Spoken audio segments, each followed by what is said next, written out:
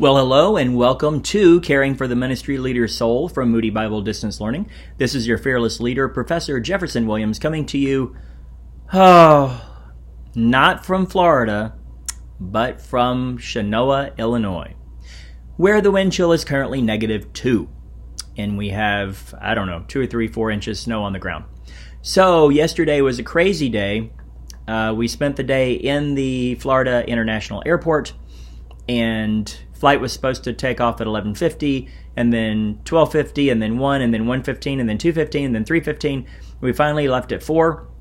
We were one of the only flights, one of the last flights to get in until they closed the airport last night. So I'm home. I'm a little pink, which is good, but as you may have read, I lost my glasses in the ocean. So these are old, and they're not the right prescription. But if I look down enough right here, I can read. So I wanted to apologize for not responding to your message boards. I can't do it. I can't read right now for very long with these. But hopefully I'll be able to get into the eye doctor tomorrow and get some new glasses. So week 4. I will tell you I am looking forward to reading your barrier papers, because every time I do this, I teach this class, they are so encouraging to me. We are all broken. We are all fragile.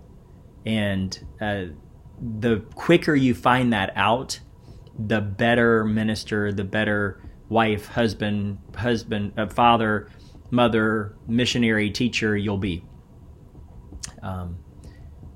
Most of the best leaders walk with a limp, and I do as well. I do that. So, okay, week 4, you're going to be reading an article about fatigue by Tony Schwartz, and you're going to be reading more of Zach Eswine, chapters 6 through 10, and you're going to interview a Christian leader. Now, that can be anyone. That can be your senior pastor, your executive pastor. It can be a teacher at a Christian school. It can be a missionary. It could be, we've had all kinds of people interviewed. I love this assignment, because I get to kind of meet people in your lives that you respect and trust. And so what you're going to do is you're going to ask them about how do you create margin in your life. And some of them will tell you, here's how I do it. And they'll give you 3 easy steps. And some of them will say, I'm terrible at this. Either way, that's good for you to hear.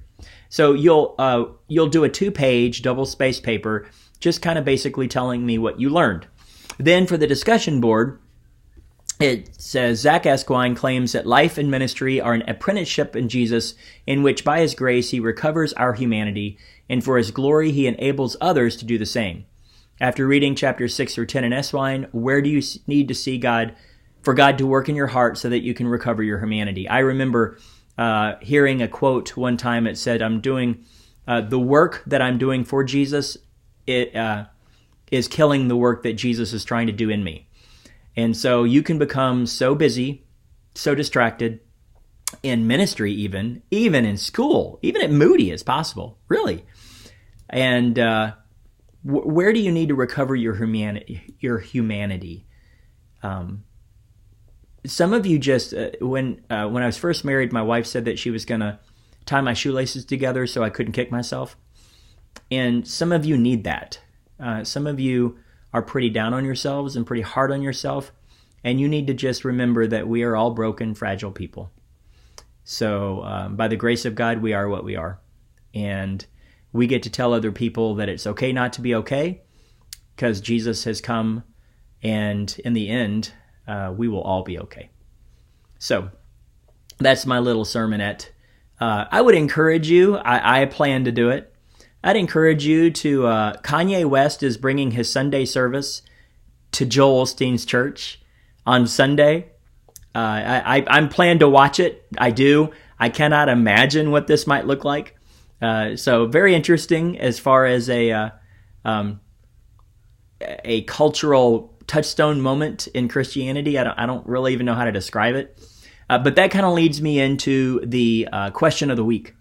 So if I were going to give you a Visa gift card that had unlimited amount of funds on it, and you could sit front row at any band or artist or musician ever in the history of the world, who would you go see? All right, and I want to give you some permission, okay? You don't have to answer in a moody kind of way. Oh, Michael W. Smith or Amy Grant or Toby Mac or I would listen to David sing on a hillside. Okay, that's fine. I don't mean to mock that. That would be awesome. I agree. But what I'm looking for here is just honesty. So I'll go first.